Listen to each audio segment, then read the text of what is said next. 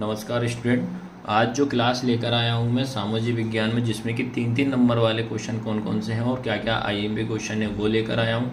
संघवाद फेडरलिज्म में पढ़ के जाना, संघवाद शासन व्यवस्था एकात्मक शासन व्यवस्था में अंतर, explain the federalism, federal government system and unitary government system क्या होता है। उसके बाद वास्तविक विकेंद्रीकरण की दिशा में एक बड़ा कदम 1992 में उठाया गया, ये लिखना है। A major step toward decentralization was taken in 1990, right, C वाला पढ़ना है।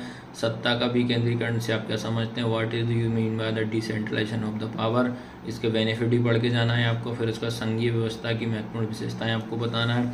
एकात्मक सरकार संघात्मक सरकार क्या होती है ये पढ़ना है, ठीक है। तो और उसके बाद ये वाला चैप्टर का भी आप पढ़ के जाइएगा 3 नंबर में। ये आपका मनी एंड क्रेडिट वाला चैप्टर है। दोहरा संयोग डबल कोइंसिडेंट क्या होता है, विनिमय एक्सचेंज क्या होता है, भारतीय रिजर्व बैंक ऑफ इंडिया क्या होता है, औपचारिक अनौपचारिक फॉर्मल इनफॉर्मल क्या होता है, उसका स्व सहायता समूह सेल्फ हेल्प ग्रुप क्या होता है, विकास के लिए ऋण की भूमिका लिखिए, write the rule of loan of development, मुद्रा क्या होता है तथा इसके कारण राय, what is mean by the money and function, ये पढ़ के जाइएगा एक लास्ट, और ये पढ़ के जाना खत्म 3-3 नंबर वाले।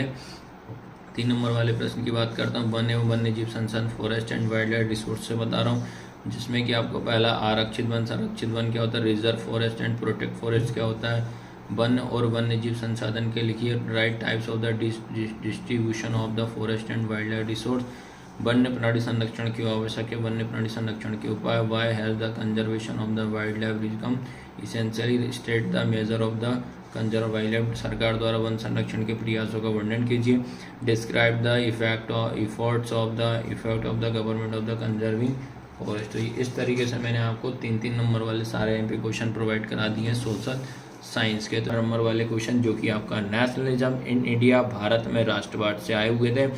पहला क्वेश्चन इसमें आया था जिसमें कि आपको मूवमेंट्स पढ़, सत्याग्रह क्या होता है ये पढ़ के जाइएगा, साइमन कमीशन क्या होती है ये पढ़ के जाइएगा, सविनय अवज्ञा सिविल डिसोबेडियंस क्या होता है।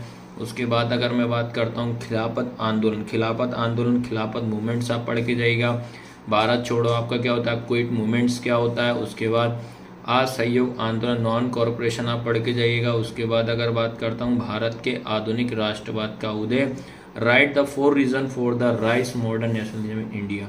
तो ये आपको 4-4 नंबर वाले आपको अच्छे से करने की। इसके बाद 4 नंबर में हो सकता है, देखो ये पुराने वाले पैटर्न के हिसाब से अगर बात करूँ 4 नंबर में ये आया था।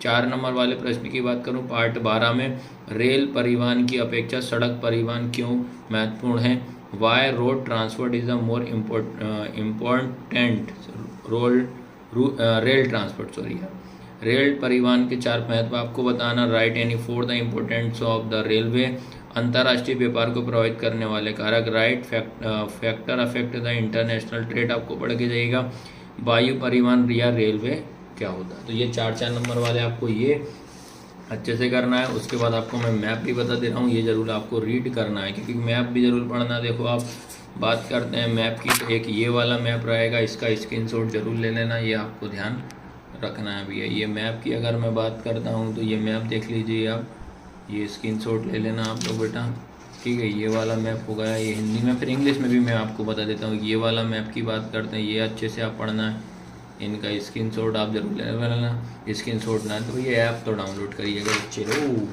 ऐप को जरूर करना है कि ये वाला। तो 4-4 नंबर वाले ये सारे क्वेश्चन मैं आपको प्रोवाइड करा दे रहा हूँ। इसके बाद आप इंग्लिश की बात करते हैं तो इंग्लिश में भी आप देखिएगा, ये रहा इंग्लिश में ये ठीक है। तो इतने सारे क्वेश्चन आप जरूर कर लीजिए। तो 4 दूनी 8, 4 3 12 नंबर आपके कहीं नहीं गए सामाजिक विज्ञान में, ठीक है। और क्लास कैसी लगी, लाइक शेयर सब्सक्राइब जरूर करना और शेयर भी करा करो, और हम इतनी मेहनत कर रहे हैं आप भी किया करो।